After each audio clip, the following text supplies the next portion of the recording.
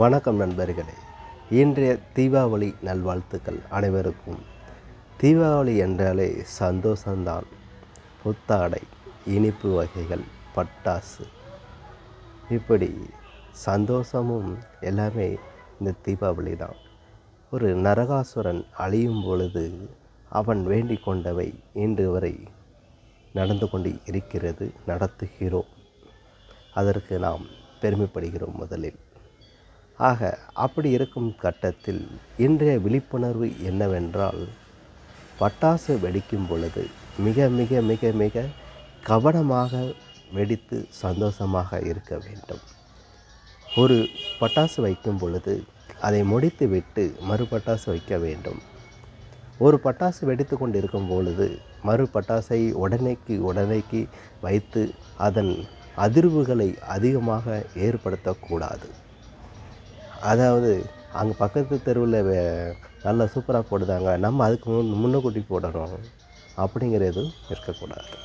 ஏன் அப்படின்னா, அந்த மாதிரி பட்டாசுகள் வெடிக்கும்போது கவனக்குறைவுகள் நம்மளிடத்தில் வரும். ஆக விளைவுகள், ஆபத்துகள் நமக்கு தான் ஆகும். முதலில் பட்டாசு வைக்கும் பொழுது முகத்தை முழுவதும் காட்டாதீர்கள், அது தவறு. அதாவது ஆபத்து வரும்போது முகத்தில் தான் முதலில் அடிக்கும். அது கொஞ்சம் தள்ளி நீக்கி வச்சுக்கிட்டு, அதுக்கு தான் பத்தி எதுக்கு வச்சுருக்குறாங்க, கொஞ்சம் நீளப்பான பத்தியை வச்சுக்கிட்டு தான் வைக்கிறாங்க. அதுவும் போக பகலில் நாம் பட்டாசு வைக்கும் பொழுது அதில் கங்கு பிடிச்சிருக்கா பிடிக்கலையானே சில பேருக்கு டக்குன்னு தெரியாது. அது நின்று தான் வேடிக்கை காட்டும் இல்லையா? அப்போ அதே மாதிரி கங்கு இருக்கா இல்லையா அப்படின்னு ஒரு கம்பை வச்சு நீக்கி செக் பண்ணி பாருங்கள்.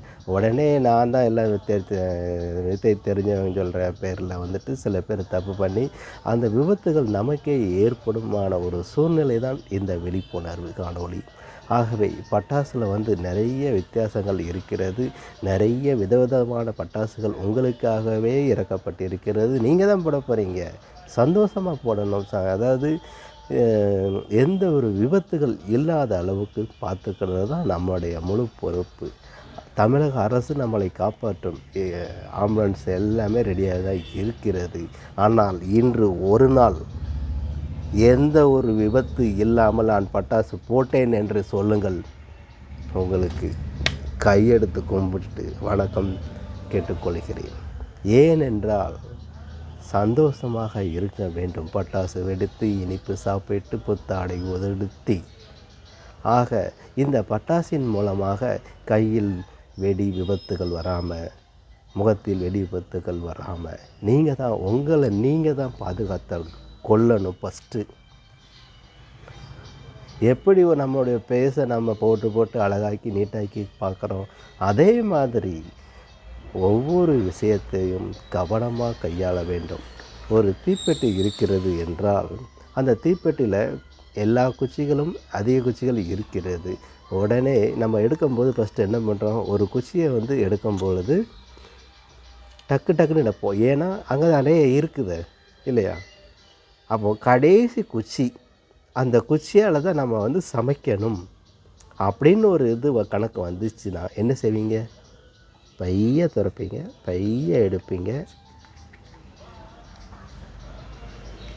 பைய சுரண்டுவீங்க. எதுக்கு? வேறு குச்சி இல்லை இல்லையா? அதே மாதிரி தான் நம்மக்கிட்ட இதான் கடைசி குச்சி அப்படிங்கிற மாதிரி பொறுமையாக கையாண்டா எந்த ஒரு விபத்தும் நமக்கு நேரிடாது.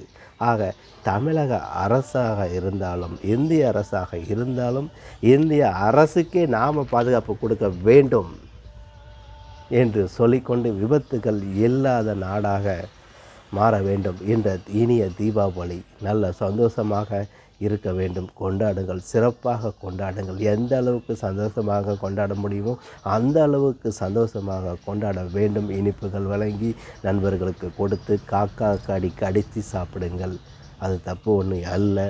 எப்படி என்று சொல்லிக்கொண்டு தீபாவளியை, சந்தோஷமான தீபாவளியை கொண்டாடுங்கள். அதுவும் விழிப்புணர்வு, விபத்து இல்லாத பட்டாசை வெடியுங்கள், சந்தோஷமாக வெடியுங்கள் என்று சொல்லிக்கொண்டு மன்றாடி கேட்டுக்கொள்கிறேன். நன்றி, வணக்கம். இனிய தீபாவளி நல்வாழ்த்துக்கள். நெல்லை மாவட்டத்திலிருந்து வாசகன் ரிப்போர்ட்டர், விழிப்புணர்வு செய்திகளுக்காக. நன்றி.